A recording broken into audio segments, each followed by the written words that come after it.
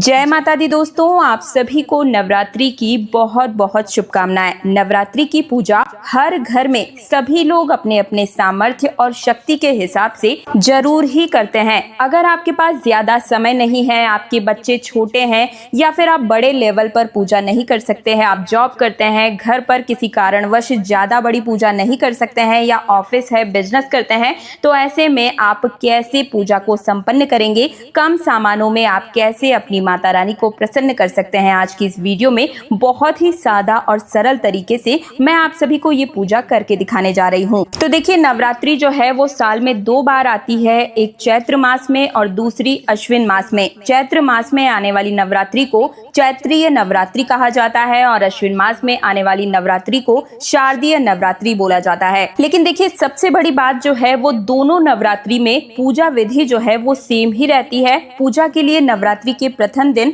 स्नान आदि करके आप साफ स्वच्छ वस्त्र धारण करें और इस तरीके से आपको एक चौकी पर पीला या लाल रंग का आप वस्त्र बिछा लें। माता रानी को लाल रंग का आसन बहुत पसंद है, तो यहाँ पर मैंने लाल रंग का आसन भी बिछाया हुआ है। और ये जो पूजा विधि है आप अपने घर के मंदिर में भी कर सकते हैं और चौकी लगाकर भी आप कर सकते हैं। बस आप अपने घर में एक ऐसी जगह का चुनाव करें जो बिल्कुल साफ सुथरी हो और जहाँ पर ज्यादा डिस्टरबेंस ना हो, क्योंकि 9 दिनों तक माता रानी की स्थापना की जाएगी और पूरे 9 दिनों तक चौकी को हिलाया नहीं जाएगा। और आप कोशिश करें कि घर के मंदिर वाले कमरे में मंदिर के आसपास ही चौकी की स्थापना कीजिएगा।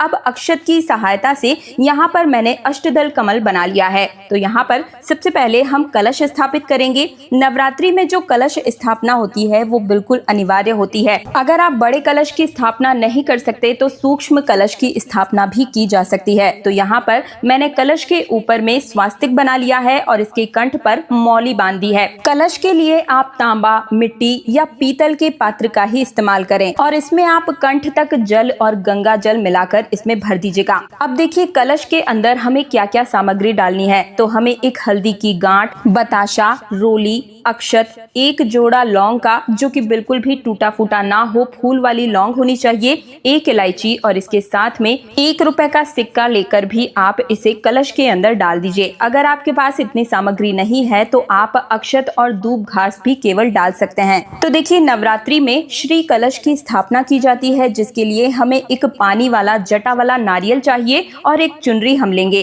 चुनरी की जगह पर आप लाल वस्त्र या फिर मौली धागा भी इस पर लपेट सकते हैं। अब चाहिए हमें कुछ पल्लव। ये पल्लव आप आम के पत्ते ले सकते हैं, पान के पत्ते या फिर अशोक के पत्ते भी आप ले सकते हैं। मैंने यहाँ पर आम के पत्ते लिए हैं, जिनके ऊपर मैंने चंदन और रोली से टीका कर दिया है और अब हमने इसे कलश के अंदर लगा दिया है। अब देखिए, नारियल पर वस्त्र लपेटकर नारियल को हमें कैसे रखना चाहिए, इसके बारे में बहुत कंफ्यूजन है।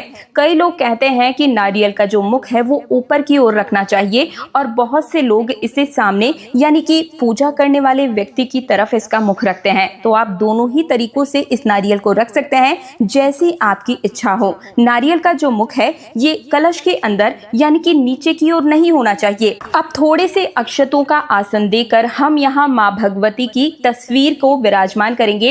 इस तस्वीर में माँ भगवती के 9 के 9 स्वरूप जो है वो विद्यमान है और ध्यान रहे कि माता की मूर्ति या तस्वीर में वही फोटो हो जिसमें शेर का मुख बंद होना चाहिए। अब देखिए, यहाँ पर हम एक धातु की प्लेट लेंगे और इसके ऊपर हमने स्वास्तिक बना दिया है। आप चंदन या रोली से प्लेट के ऊपर स्वास्तिक बनाएंगे।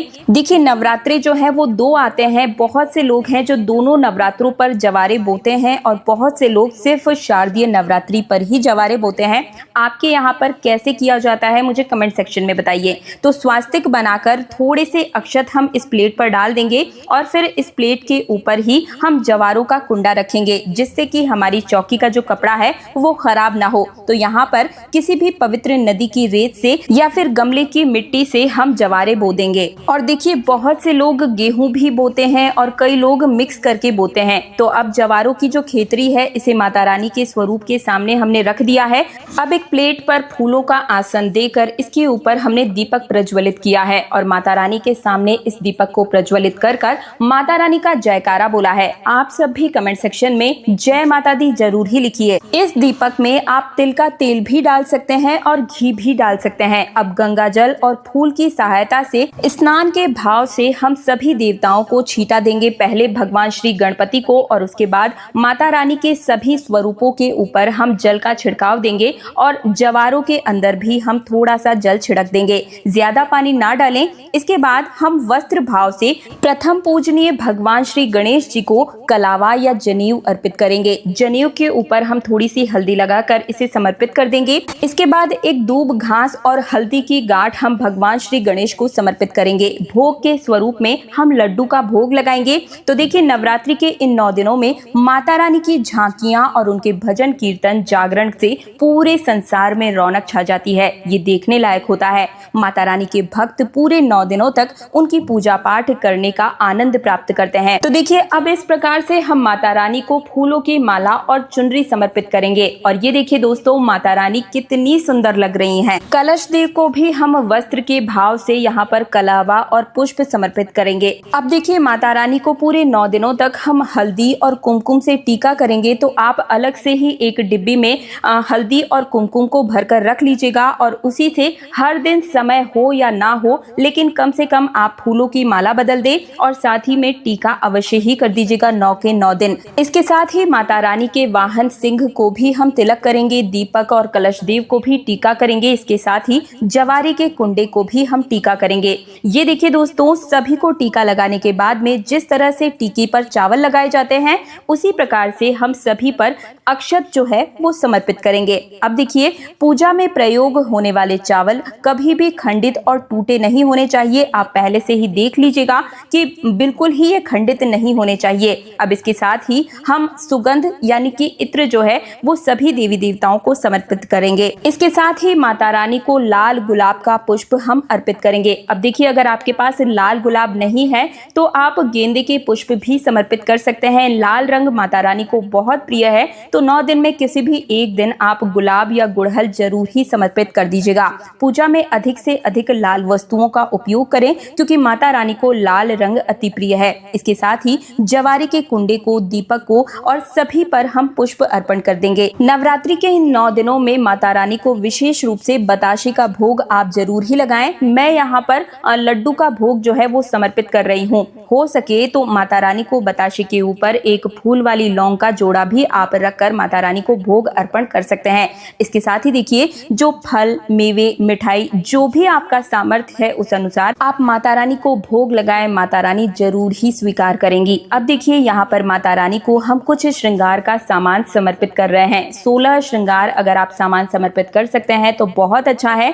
नहीं तो जो भी आपके पास में श्रृंगार की सामग्री है आप उन्हें ही माता रानी को समर्पित कर दीजिए। कम से कम 5 की संख्या में, 2 की संख्या में आप 16 श्रृंगार जो है वो अर्पित कर सकते हैं। और श्रृंगार का सामान 9 दिन में से आप किसी भी एक दिन अर्पित कर सकते हैं, रोज करने की आवश्यकता नहीं है। अब देखिए, सभी भोग और जल का भोग लगाने के बाद में अब यहाँ पर हम मुख का शुद्धिकरण करेंगे माता रानी का। तो यहाँ पर मैंने एक पान के पत्ते के ऊपर पे बताशा, एक हरी लौंग, एक लौंग का जोड़ा लिया है, सुपारी मैंने रख दी है और अब हम इसे माता रानी को अर्पित करेंगे। पान जो है ये माँ को रोज अर्पित भी आप कर सकते हैं या कोशिश करें कि किसी भी 9 दिन में से एक दिन जो है वो जरूर ही समर्पित कर दें। अब देखिए, इसके साथ ही अपनी इच्छा और सामर्थ्य के अनुसार पूजा में रही कमियों के लिए आप कुछ दक्षिणा जो है जरूर ही समर्पित कीजिएगा। ये दक्षिणा भी आप 9 दिन में से किसी भी एक दिन समर्पित कर सकते हैं।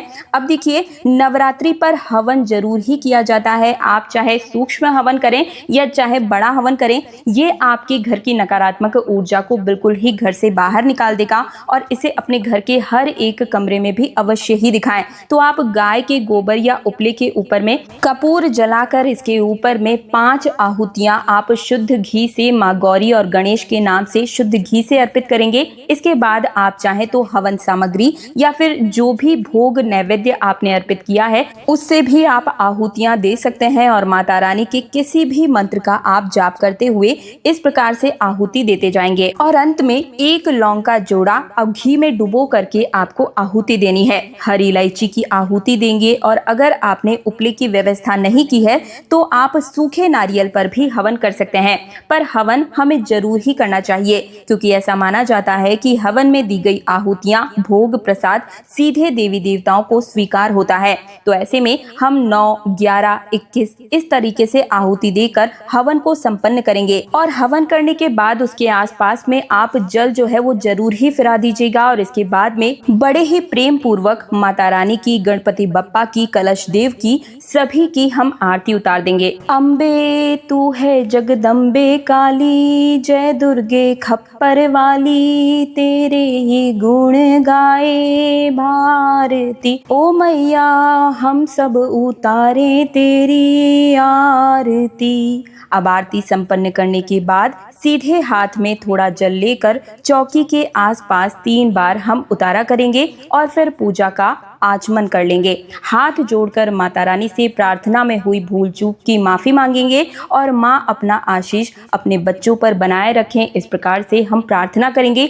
अगर कोई मनवांछित इच्छा आप पूर्ण करवाना चाहते हैं तो इसी दौरान आप अपनी मनोकामना भी माता रानी से कह सकते हैं। अब देखिए, इस दौरान अगर आप दुर्गा माता से संबंधित किसी भी पुस्तक का पाठ करना चाहते हैं, चाहे वो दुर्गा चालीसा हो या दुर्गा सप्तशती का पाठ हो, दुर्गा कवच हो, किसी भी प्रकार का अगर आप पाठ करना चाहते हैं तो आप कर सकते हैं। और माता रानी के इन 9 दिनों में कई भक्त रामायण और रामचरितमानस का पाठ भी करते हैं। तो 1 लोटा शुद्ध जल भरकर चौकी पर रख दें और सीधे हाथ में अक्षत और पुष्प लेकर आप इस पाठ को कर सकते हैं। तो इस तरह से नवरात्रि के प्रथम दिन जो भी जरूरी स्थापना है वो हम करेंगे। और आप चाहें तो इस विधि में, पूजन में कोई भी सामग्री अगर आपके पास नहीं है तो कोई बात नहीं है, बिल्कुल आपको परेशान होने की आवश्यकता नहीं है।